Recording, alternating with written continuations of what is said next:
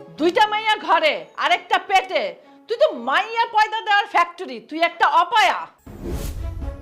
আর তুমি অসুস্থ, দেখো ইচ্ছে করে অসুস্থ ভান ধরছো যাতে সংসারে কোনো কাজকর্ম করতে না হয়। মা আপনি এগুলো কি আবল তাবল কথা বলছেন মা? বাচ্চা দুটোর সামনে আপনি আমার সাথে এভাবে কথা বলছেন? এখানে আমি কি করতে পারি? আর এগুলো তো আপনারই নাতনি মা। আর এখানে তো আমার কিছু করার নেই। আমার পেটের সন্তানও যদি মেয়ে সন্তান হয়, আমি কি করব মা? আমি তো আর ইচ্ছে করে কিছু করিনি মা। যা দিয়েছে আল্লাহই তো সব করে দিচ্ছে। এটা কি আমার কিছু করণীয় আছে আপনিই বলুন? না না না, এখানে আল্লাহর দোহাই দিয়ে কিচ্ছু হবে না, এটা তোর পাপের ফল। আমি আমার ছেলেরা আবার বিয়ে করাবো। আমার বাচ্চাগুলোর দোহাই লাগে আপনার, এগুলো আপনার নাতনি মা। আপনি ওদের সামনে কিভাবে বলছেন ওর বাবাকে আরেকটা বিয়ে করাবেন আপনি? যেই না আমার নাতনি, মন চা একেবারে গলা টিপা মাইরা ফেলাই।